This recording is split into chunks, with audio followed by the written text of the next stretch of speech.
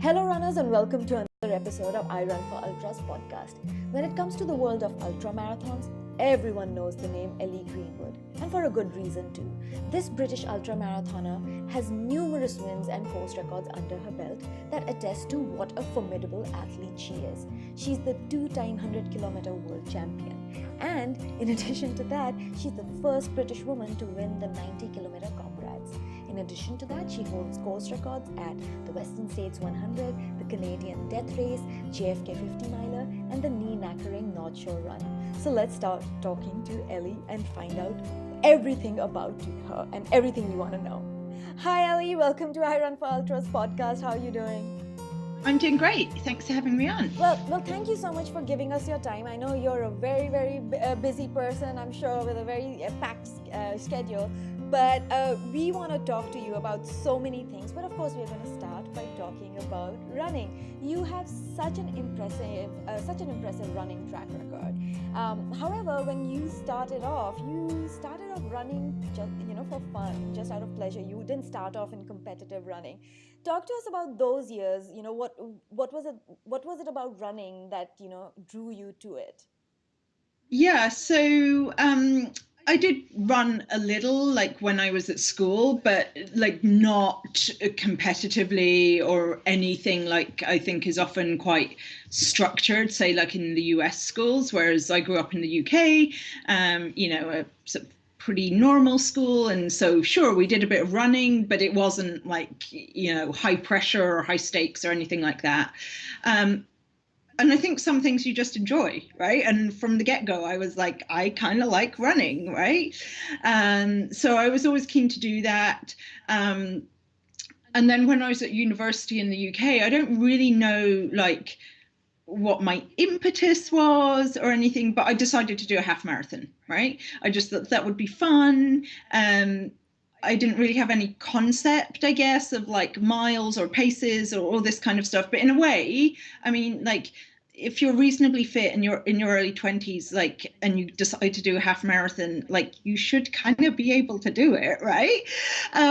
So yeah, I think I just thought, you know, like at that point, like I said, I was at university and I would go out for runs, like for enjoyment.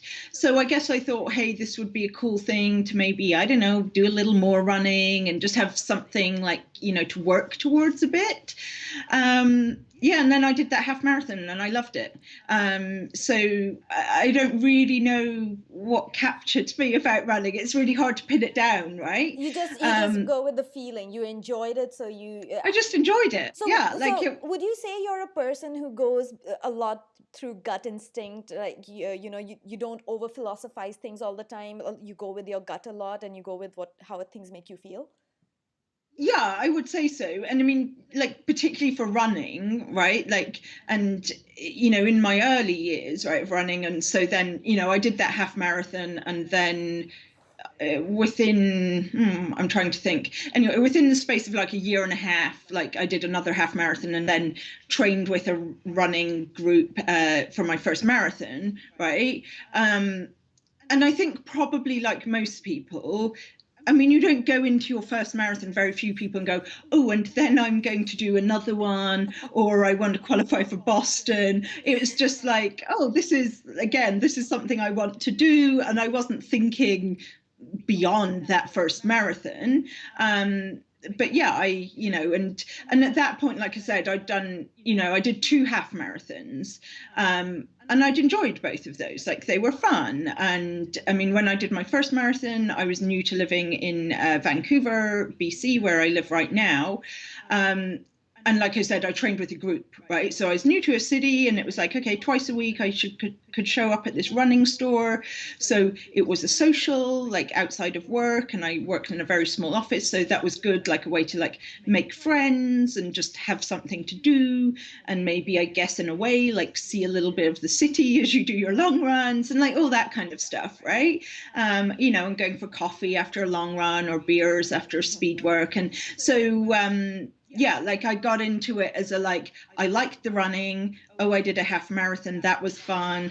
I guess a marathon had maybe been a little bit of like a bucket list thing. Like I say, growing up in the UK, like the London Marathon is on the TV every year. So you're sort of, even if you're not a runner, you're exposed to that concept of, oh, marathons exist. And I think London always looks like super fun with lots of people like in costumes and whatnot. So yeah, and then I just, you know, got drawn in and it kind of, you know, went from there. You just really dove right in. But one of the interesting things is that even there are a lot of marathoners, people who have run a lot of marathons, who are very daunted at the idea of an ultra marathon. How did that transition happen for you? And how did you, you know, wrap your head around running something like 100 miles?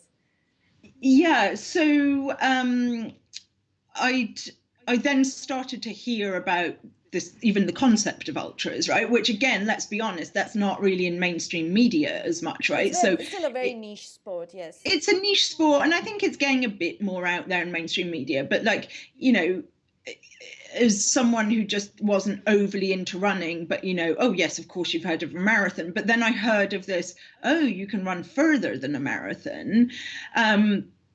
And I guess, I mean, like I did a couple of marathons before I did a 50K. But my first marathon experiences were quite positive, like, you know, in that I trained for them. And so I did all right. And they weren't some like sufferfest of like, oh, this is just awful. So then, you know, the thought of running further wasn't like, well, that's just crazy. I mean, it was like, oh, wow, okay. But it wasn't like, well, that's got to be awful because you have to go even further. It was like, well, the marathon's kind of okay, so why not, right? And I did do a very low key one, which I think is great. You know, and I'd always liked hiking. So, and I've lived in various places like Switzerland and Norway where there's like beautiful spots to go hiking. So obviously, like the way most people get into ultra running is it's a trail race, right? So I think that kind of appealed of the being outdoors in nature and, you know, combining this thing that, oh, I now like running and I've always liked hiking. And if you kind of put the two of them together, you start getting trail and ultra running, right? But I spent quite a few years, like it was, I would say about 6 years between my first 50K and my first 100 miler, right? So even when I did that first 50K, it wasn't like, okay, well, let's go run 100 miles, right? It was, I think, probably for the first few years, like, that's ridiculous, right? And like, I couldn't do that, or that's way too far. And, you know, like a lot of people, you know, I got a few 50Ks under my belt, did a 50 miler, did, you know, worked my way up to it, right? So it's certainly, you know, I spent, I guess if I think about it, it was probably about 8 years between my first marathon and my first 100 miler. But I was in my early 20s when I did a first marathon. So, you know, relatively young. So, yeah. So, you know, you talked about, you know, having traveled and enjoyed hiking and things like that. So let's go into that. Let's talk a little about your childhood and things that shaped you in your early life that didn't have to do with running, but you think had an important role to play in shaping who you are today and the type of athlete you are today. Yeah, so like I said, I mean, I grew up in the UK, and I mean, I'm originally from Scotland, but grew up in England. And the school I went to, like, you know, you had to do sports. Like, I don't know if you still do, right? Were you always athletic? Well, this is what I was going to say. Like, I actually think it's quite a positive, and I've talked about this, you know, before, but sometimes I think if sport becomes super competitive for like young kids, it then drives them away from it, right? Because it just becomes another thing that, oh, I've got to do really well at this, or I've got to try and make a team, or that person's better than me, or I didn't do as well and I've maybe let somebody down. Takes the joy away. I think it can take the joy away, and I don't think it's black and white, and I definitely think there's like positives to that. But the school I went to, it was like, oh, do you want to be on the field hockey team? Yeah, sure, okay. Do you want to be on the netball team? Yeah, sure, okay. Oh, by the way, not enough girls play basketball. Okay, I'll do basketball, right? So it was kind of like put up your hand and take part kind of atmosphere, right? And I did just like being active, right? I think, you know, like I enjoyed that kind of stuff, right?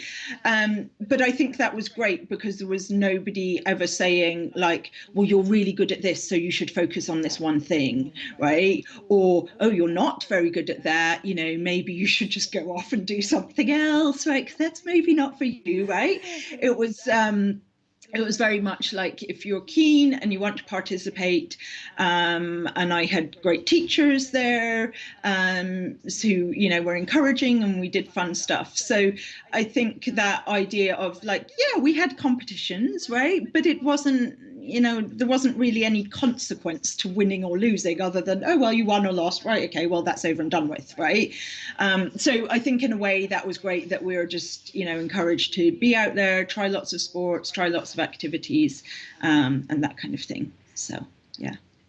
That's really cool that, you know, because yes, in the America especially, there is a lot of focus on being cutthroat from such a young age, and it's really good to know that such a badass athlete like you can come from a different school of thought as well. So it is, I guess, to each their own, and different people perform in different ways. Would you agree? I would agree.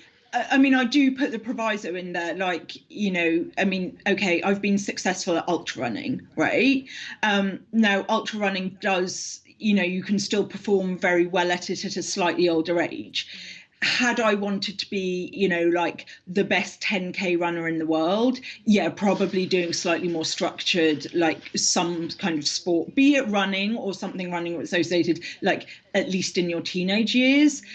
Yeah, I think that's helpful, right? Whereas, I mean, if you get into, let's say, shorter distance as an ultra runner, right? Let's say 10K road racing, and you get into that, you know, I don't know, when you're 25, you've already kind of missed a good chunk of years, right? So I do think, you know, it's a bit sport specific. But what I'm big on is, I mean, the advantage I had was like, yeah, we did sports at school, right? Like we were active, right? So I think even that, although it was very diverse and different sports, and yeah, there was a bit of running thrown in, right? But but yeah, you just become a healthy young adult who can therefore go, oh, I think I'll do a half marathon, and it's not a too far of a stretch, right? So yeah. So, and you've talked about enjoying being active and always enjoyed being active. So, t- uh, ex- paint a picture for us. What is a week in training? What does it look like for you? And how into do you get, right before a race? And do you consistently do it throughout, or do you take breaks as well? Okay. I guess I can answer this in two ways, and maybe I will give both versions, right? So these days, honestly, I would class myself as a coach rather than a runner, right? These days, I would, I'm not really competing too much. Maybe I get back there and do a bit of that, but right now where I'm at is, I still have some structure and I try and do something most days, but I'm certainly not running every day, right? So it's a little bit different right now, but if I say backtrack to, I don't know, 2012, 2014, right, where I was doing a lot of competing and obviously trying to be the best I could be in ultras, yeah, I would focus in on key races of the year, right?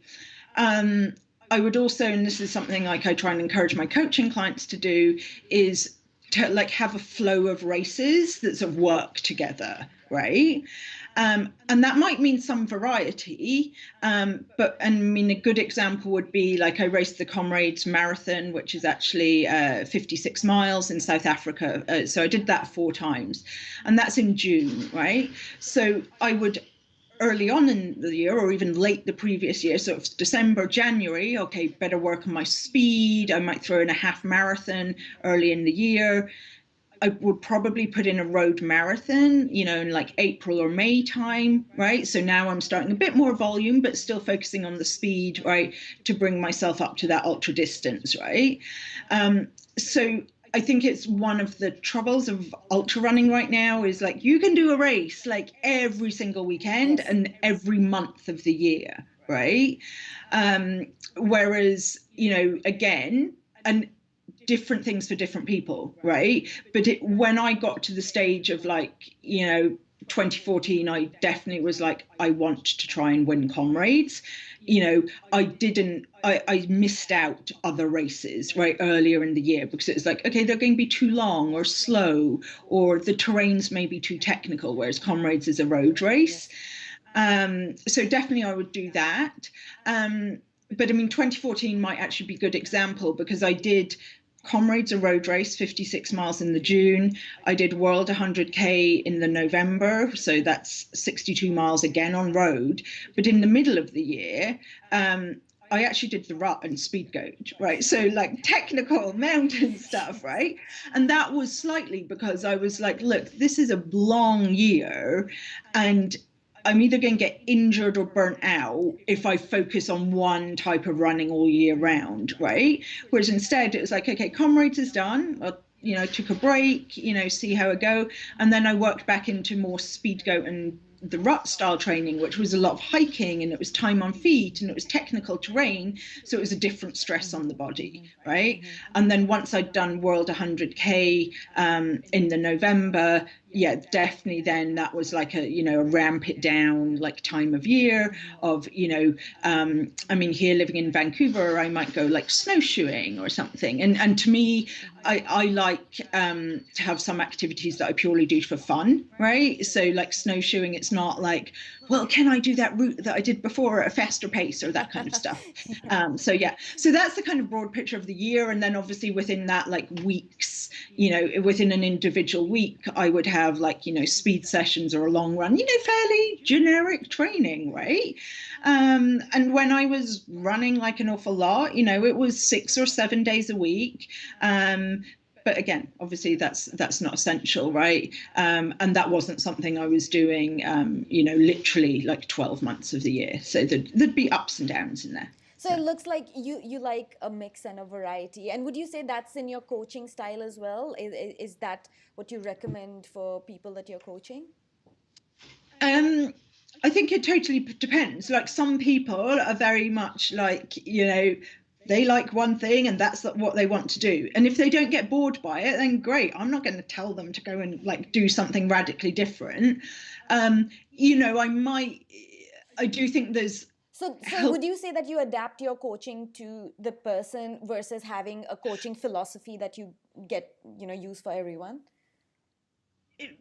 I would say a bit of both, right? I mean, it depends on the individual and what they want to get out of their running, right? So like I said, yeah, if somebody wants to run a 50 miler literally every month of the year, I'll be like, great, let's go ahead and figure this out, right? But, you're not going to do your absolute best at every single one of them, and which are your more key ones or that kind of stuff, right? I mean, I guess even if somebody was really quite narrowed in on, I don't know, they loved 100 milers, right? And that was their thing. I would still encourage them to do like, hey, are you sure you don't want to do, maybe throw in like a trail marathon or a 50K, right? To get, for them, some relatively faster running. So, I mean, if you do the same thing over and over, and whether that's racing or training, you're very likely to plateau at some point, right? So throwing in some variety. I mean, some people mentally, like I said, might just love 100 milers, right? So that's what they want to do. But I would say most people, and it might take, numerous years or whatever, they just sort of go, this is getting a little stale, like the excitement's worn off. Like what was a novelty before isn't. And then I'm like, okay, well, let's switch it up, right? Like I had a coaching client recently who was doing like trail ultras last year, and we were just training her up for a road half marathon, right? And it was like, yeah, let's do something like sort of wipe the slate a bit clean, totally different focus, different type of workouts. And that can be like mentally refreshing, right? To avoid someone just, hey, the novelty's worn off and I don't know if I love this. Well, let's change it up.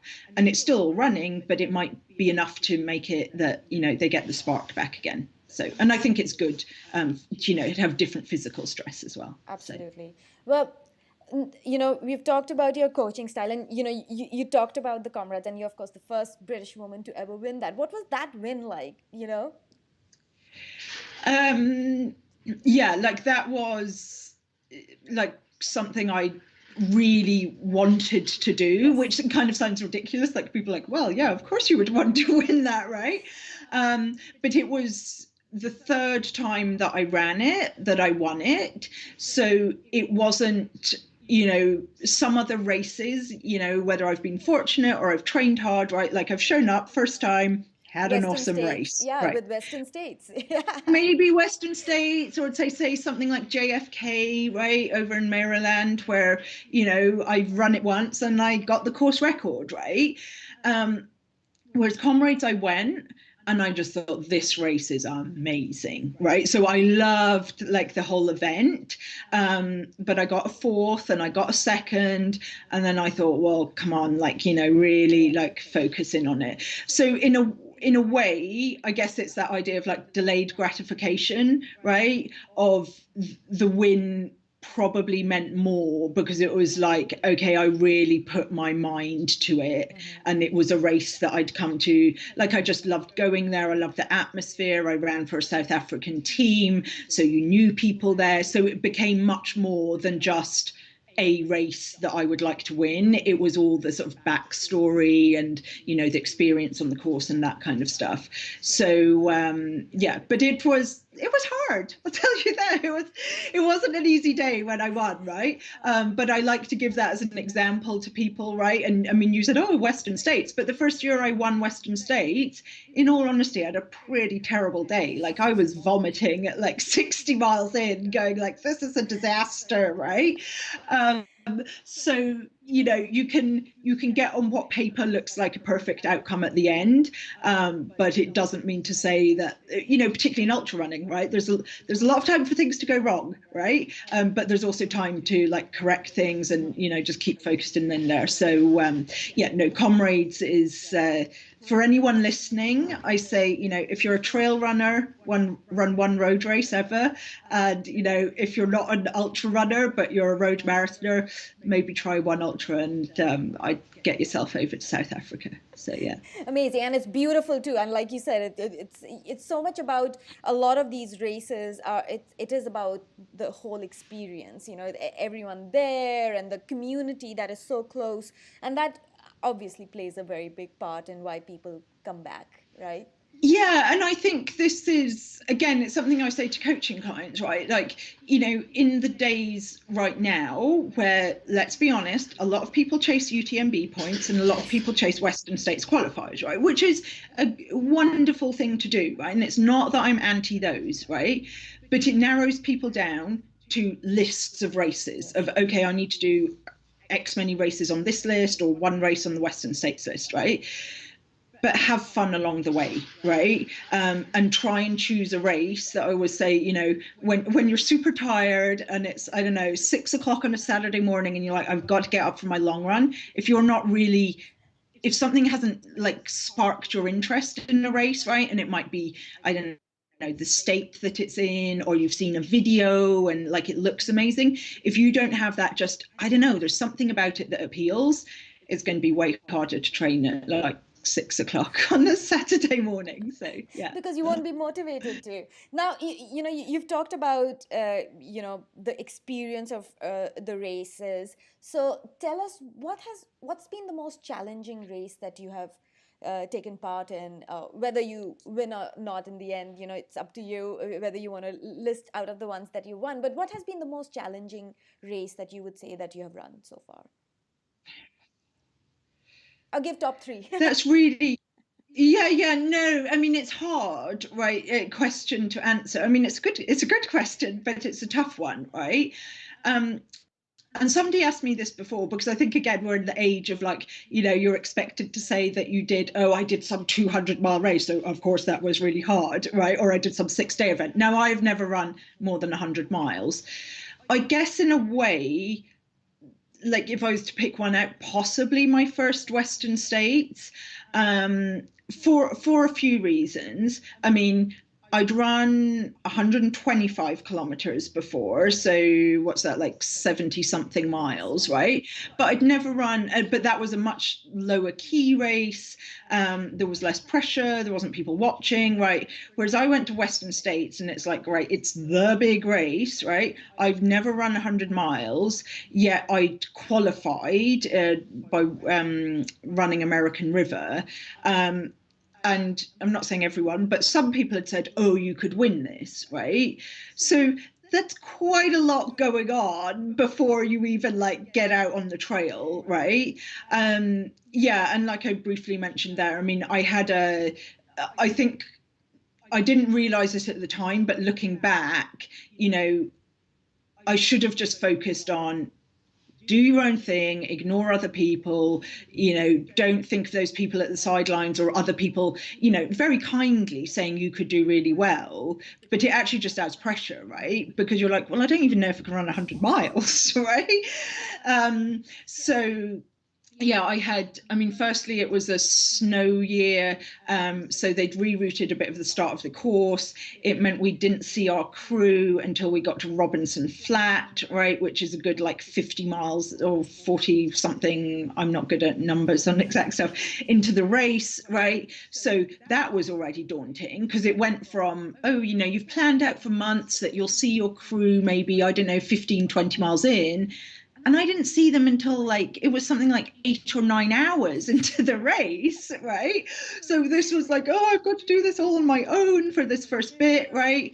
You know, which we'd only found out a few days before, right? And I had stomach issues, which, you know, again, I mean, probably a bit of bad luck, a little bit of inexperience, right? So you don't really want to be like vomiting 60 miles into a race like that. And you're going, I've never run 100 miles. Am I able to carry on for this long, right? So yeah, I had a lot of rough stuff to work through. And like I say, I came through into Forest Hill like in 6th place. And I honestly think the best thing there was, you know, I was in, you know, not doing that great, but I was still moving, right? That I just said to my crew, like, okay, I just want to try and come top 10, right? So, well, I was in 6, I'm in top 10. So I was sort of giving myself the slack of like, you could actually let people go past you and you're still in, now still going to hit your new goal, right, of top 10, right? So then I think, and, you know, and just the help of now I was seeing crew and I had pacers, right? So, you know, I had that kind of stuff, right, to, you know, mentally help me along.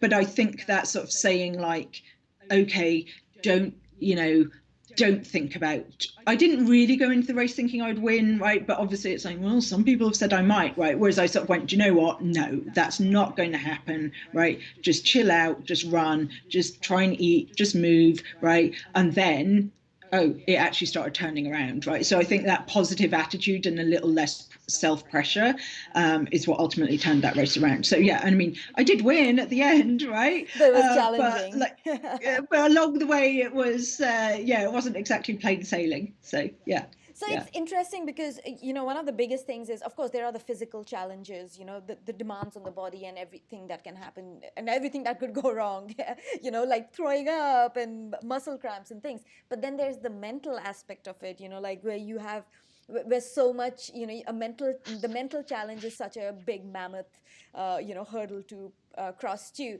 So what would you say when it comes to physical challenges versus mental challenges? Not versus, rather with both. How do you navigate that space most effectively? Yeah, so I mean, I do think like obviously the mental aspect is very important in ultra running, right? And honestly, really any kind of running, right? Like even, you know, a 5K, right? You've got to be pretty mentally sharp, right? You know, and that kind of stuff, right? But I mean, I do genuinely think it's the balance of the two, right? Like some people that are super mentally tough, I do feel can sort of like, you know, outperform what they should physically be able to do, right? Because they're just the sort that will like push on through, right? But I think it's like not a bad thing. And again, this is something like folks, you know, you almost by default practice and training, right? But I think, you know, okay, if something goes wrong in a training run, like particularly a long run, right? Don't just go, oh, well, that was a bad day, whatever. Go, you know, you don't need to like pick it totally apart, but have a little analysis of like, okay, well, what could have made that better, right? Like, did I really struggle because I was on my own? Was it because I wasn't eating enough? How could I change that for my race, right? And without wanting to be like, oh, every cloud has a silver lining, you know, having some bad races, right? Or having some like training, like long training runs where you hoped it would go well, but you just came back and went, oh, that was like really way harder, you know, but you got through it, right? And that's like, you know, obviously if someone's like injured or super struggling, I'd be like, no, call it a day on a long run, right? But if you're out on a long run and, you know, you're just like, this is really hard and I don't want to be out there. Yeah, but are you okay? Yeah, I guess so. Okay, well, carry on. Because if you keep learning to quit, right, in training, well, what are you teaching yourself to do on race day other than quit, right? So yeah, I think the balance comes together. We do focus, obviously, I think, you know, more on the physical training, and often the mental can come along with that. But it's worth folks considering, right? Like if they keep underperforming in races as opposed to what their training could be, right? Maybe it is okay, like, are you getting freaked out on race day, right? Or overwhelmed or whatever? And then maybe really start focusing in on like how you could, you know, address those things. So, yeah. That's actually really valuable. You've been sharing very valuable tips and tricks through your own experiences. Now, share with us a little more about, obviously injuries are a part of every athlete's, you know, part and parcel of every athlete's career. And so how would, if to the people listening, what tips do you think you can give them when it comes to injury prevention, and how much of a role does nutrition have to play in it as well? Right. Okay.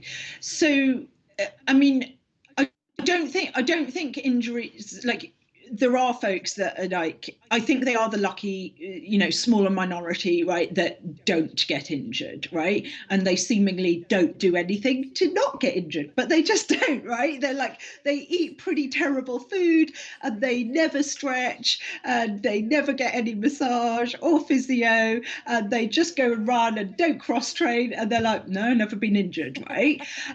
But that doesn't mean to say, you know, that, oh, well, this is what you need to do to not get injured, right? So there are some folks that don't get injured, but a large majority of runners do, right? And I think I went to a presentation that my physio did a while back, and he said, oh, there was some study where they said every year between 30 and 80% of runners get injured. He said, so that's basically a useless statistic, right? Because it was so broad, right? I think there's a few things, like a solid foundation first, right? So don't, you know, try and jump ahead of yourself, right? So, okay, let's say you've just started trail running, you're just getting into it, maybe you've done one road marathon. Maybe you don't want to go and, you know, try and do, you know, I'm trying to think of an example, you know, but like 100K trail race right away, right, on super technical terrain, right, in 4 months time, right? Could you physically do it? Yeah, it's possible, right? But you're, you know, you're asking for, you know, you're going to have to take more risks along the way, right? Of probably running more than you have before, doing different types of running, long individual runs that you've not done many of those before, that kind of thing. So don't underestimate just fairly basic, boring, like base training, right? Of like just going out for like short, middle distance kind of runs, putting in the easy miles, right? You've got to have stress and recovery, right? So, you know, stress might be a long run, or, you know, doing a technical trail run when you're actually more of a road runner, or doing a speed session, right? So don't try and cram all of that in, right? And not having the days where you just do, yeah, no, I went out for like, you know, 45 minutes, pretty average road run, nothing really exciting, right? And I was chatting along and like, you know, could have cruised along all day. So I think it's important to have that. It's also, you know, make sure you factor in, and again, this maybe goes to, you know, try and plan ahead, right? Of factor in some easy weeks, right? Like I'm all for, if I have coaching clients and they're like, well, you know, that week I've got a super busy work week and I'm going on a conference or whatever, and I'll look at it and go, well, we can make that an easy training week, right? Because you should have easy training weeks, right? Don't think, oh, I've got to train, right? And my race is 6 months away, right? So you've got to have some like down weeks in there. Well, easy training days, easy training weeks, and then also within your year, planning some point where it's like, do you know what? Like, yeah, I'm going not focus on running, not going to do workouts, super long runs, that kind of stuff. So making sure you have variety in there. Also, I mean, for people that, I don't think there's any magic to cross training, but if you know you're an injury prone person, right, you just seem to be one of these people that are like, oh, there's always one thing or another, right? Then, and yet I say, if you've got the time and enthusiasm and you'd like to run more, but you realistically know, look, when I go over, I don't know, 50 miles a week, I just find little niggles and aches and pains creep up. Well, that's a place where you could bring in cross training, right? Like I said, you've got the time, you've got the energy, but you're a little bit, if I do more, it's probably going into risky territory, right?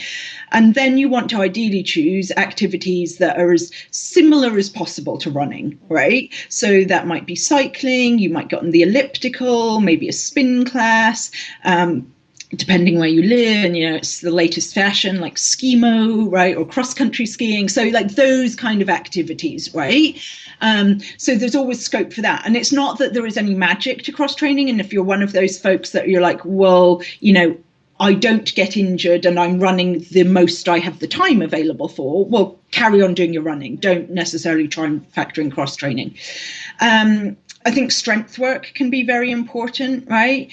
And even if that's like, you know, something really quite basic, right? You know, I say like, at least can you do like a little bit of core work, right? And maybe like some lunges and some squats, or, you know, like basic stuff, right? That really focuses on strengthening your muscles. And again, I think, you know, some of that comes down to time availability, interest, that kind of stuff, right?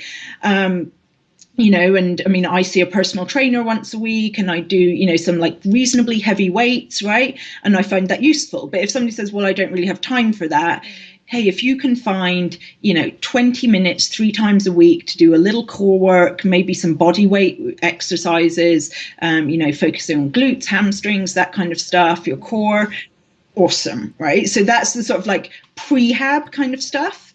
And then, you know, stuff like, you know, you could say stretching or foam rolling, these kind of things. And also then rolling in slightly associated with that. I'm always one for like, go see a physio, go see a massage before you're at the point of like, oh, like everything hurts, right? Yes. Because if you go then, like, great, good, you should definitely be going. But what's more ideal, you know, and I know it always depends on people's medical coverage and everything, but, you know, if you're training up for like, you know, your first 50 miler and you're doing more running than you've ever done before, well, the rehab should keep up a pace with that, right? So, you know, getting on the foam roller is obviously easy, but if you know you're a bit lazy or it doesn't quite, you know, get in enough for you, then, you know, a massage or just checking in with a physio can be really great. And then you did also mention nutrition. I mean, I find this a tricky one, like, and I'm the first one to say, you know, I'm not a qualified nutritionist by any means, right?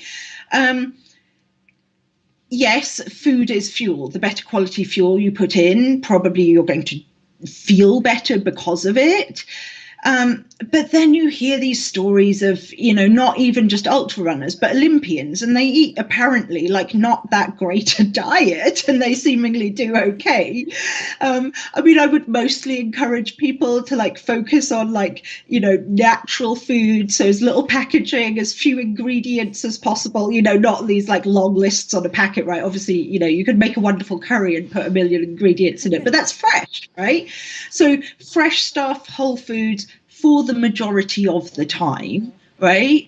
And a little bit of like fueling around your running, right? So if you've just been for your longest training run that you have ever done, right, a 35, you know, or 20 mile, you know, training run, will have something to eat right away afterwards, right? You know, don't go, oh, well, this is a great opportunity to lose some weight, right? You know, like, no, you need to refuel, rehydrate, that kind of stuff. And honestly, what I think is like as important, if not more so, as nutrition is like sleep, right?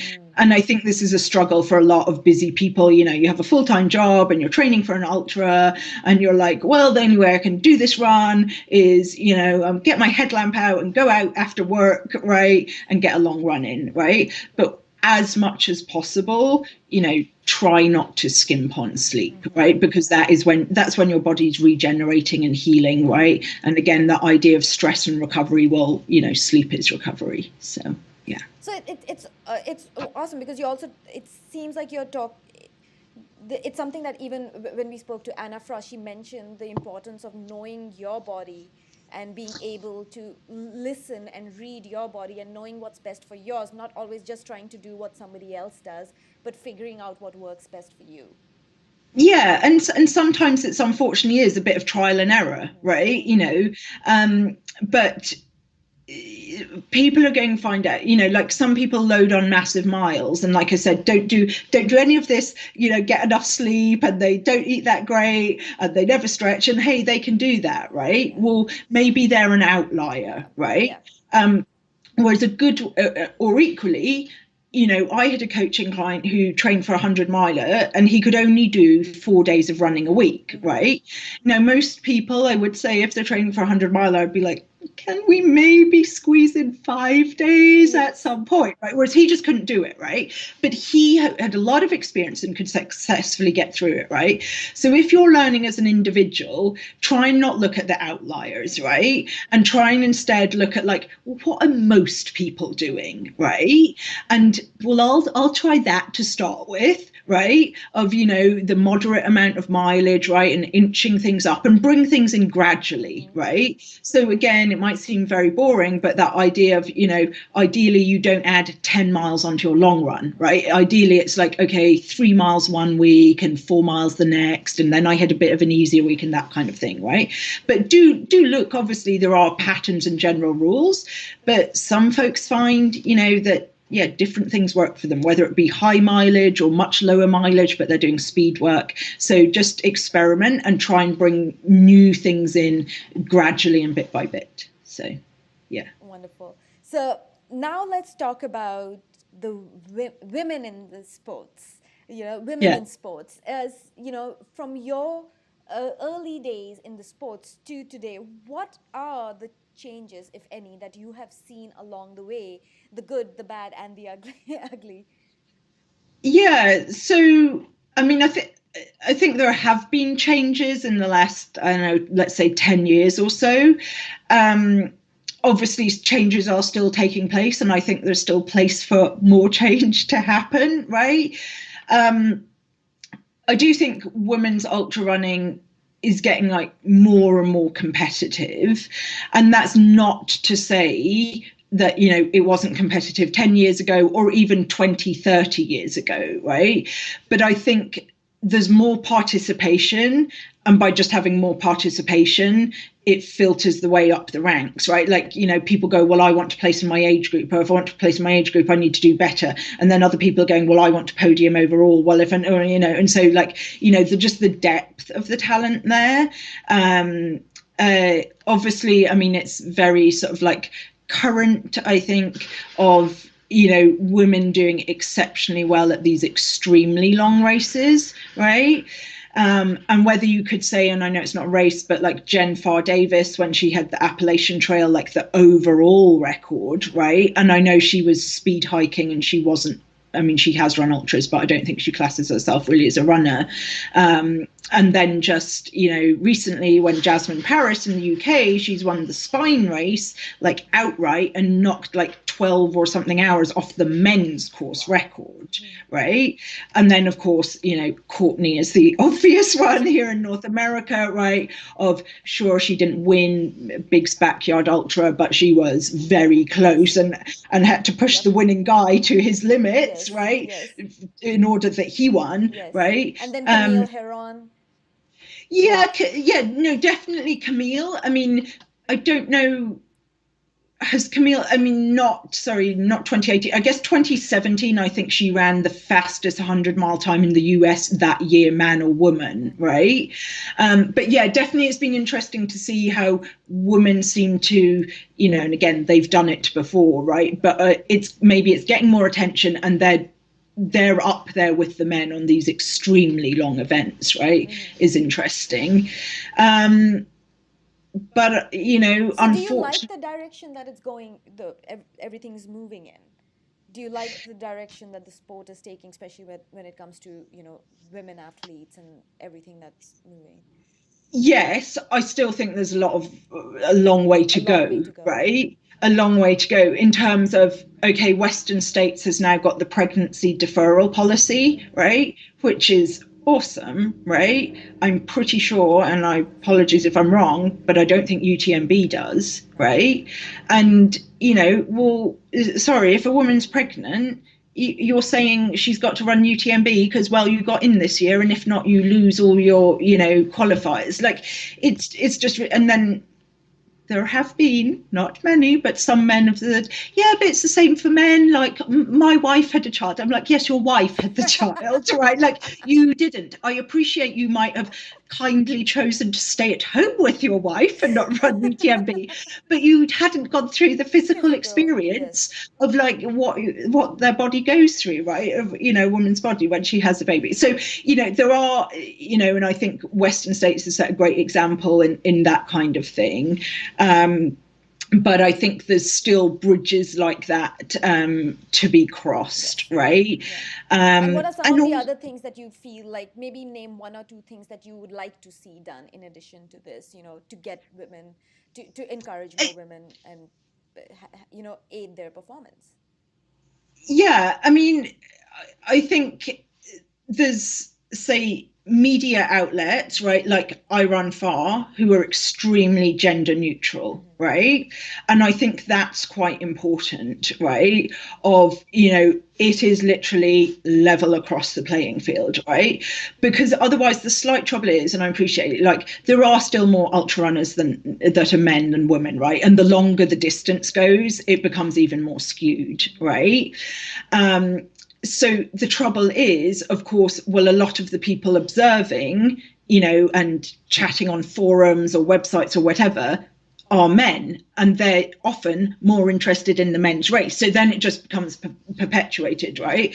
So I really appreciate it when you see like media outlets that give women coverage, right? And I'm not saying it has to be skewed way in the other direction, right? Of you don't want too much positive discrimination, but then women literally see, oh, this is a sport for me. Like I'm included. I can see somebody that looks like me, right? Whereas if it looks like, oh, there's a lot of men and there's, oh yeah, there are a few women, well, that puts some people off, right? And maybe some people won't like that I say this, but I think there's always going to be a slight imbalance, right? Right, like men and women, as a general rule, right? And of course there are exceptions, are slightly different, right?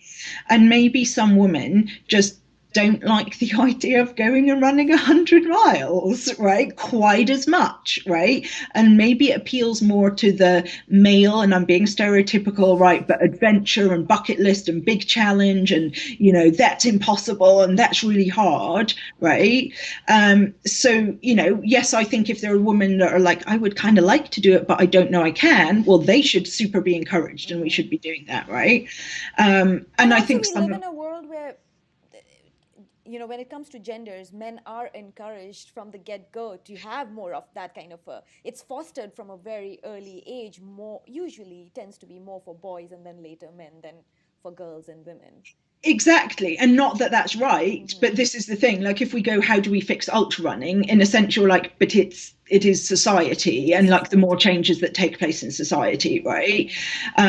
So yeah, I think it's but I mean, I think again, there's things, you can do, right? Like I must admit, I'm not the hugest one for like all women's running groups or whatever, but hey, fine, if some woman, if that makes them get out and they feel more comfortable or they enjoy it more, because there's always as well slightly going to be the issue of like trail safety, right? And that kind of stuff, right? Or like going up on mountain on your own, right? And again, for whatever reason, men might feel more able to do that, right, than women, right? So yeah, if it's like getting women's trail groups and that kind of stuff, then I'm all for that. Yeah, obviously there is the ideal situation where everything is fine. We don't have to worry about the practical realities of life, but then there are the practical realities of life that we have to take into account. Yeah, and like not that we shouldn't not try and change those, right? But I think we also have to be, I mean, like an example would be, right, like, urban parks in Vancouver, right? I don't go running in them at night. Well, why? Yeah, because I'm a woman, right? Whereas probably a male friend would. And yeah, because he's probably going to be safer, right? Like that's the awful reality, right? But if that means great, if you can get a running group together so women can run with, whether it's other men or women or whatever, right? But I honestly say, and I've said this from the get-go, right? Like I have never met, there maybe are some, and I live in a little cloud, right? But I've never gone out running with men who've said, oh, well, you shouldn't do an ultra. Why are you here? We don't want you here. It's always been like, right, okay, off we go, right? And they don't even pay attention. So that's one thing I would say, if any women are listening and they're newer, right, like don't be intimidated to showing up with a group of guys, right? Because they'll just treat you like you're a runner, we're a runner, let's go run. So awesome. Yeah. now finally, give us Ellie, give us, what can we expect from you in the near future? What can we expect from you, and also your parting words to your listeners? Yeah. So, like I said, right now I'm focusing on coaching. I have had some long-term injury issues.